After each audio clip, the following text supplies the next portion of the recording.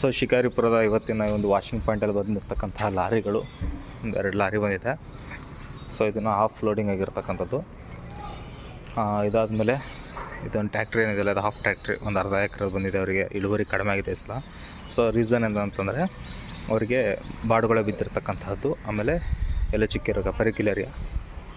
So ಈ ಒಂದು ಕಾರಣದಿಂದ ಅವ್ರಿಗೆ ಏನಂತಂದರೆ ಒಂದು 35ರಿಂದ 40 ಚೀಲ ಬಂದರೆ ಜಾಸ್ತಿ, ಅಷ್ಟು ಇಲ್ಲ ಒಂದು 30 ಚೀಲ ಬಂದರೆ ಜಾಸ್ತಿ ಆಯಿತು. 2750 ರೂಪಾಯಿಗೆ ಕೊಟ್ಟಿದ್ದಾರಂತೆ. ಟ್ಯಾಕ್ಟ್ರಿ ಬಾಡಿಗೆ ಇವರೇ ಕೊಡಬೇಕು, ಕೀಳ್ಸೋದು ಇವರೇ ಸಹ ಕೊಡಬೇಕಾಗತ್ತೆ ಅಮೌಂಟು. ಸೊ ಇನ್ನೊಂದು ಯಾವುದೋ ಟ್ಯಾಕ್ಟ್ರಿ ಇದೆ, ಇದು ಕೂಡ ಒಂದು ಅರ್ಧ ಟ್ಯಾಕ್ಟ್ರಿನೂ ಇಲ್ಲ. ಸೊ ಏನಾಗ್ತಿದೆ ಅಂತಂದರೆ ಈ ಒಂದು ಚುಕ್ಕೆ ರೋಗ ಬಂದುಬಿಟ್ಟು ರೈತರದ್ದು ಹೇಳಬಾರ್ದು, ನಾಯಿ ಪಾಡ ಥರ ಆಗಿಬಿಟ್ಟಿದೆ ನಮ್ಮದೆಲ್ಲ.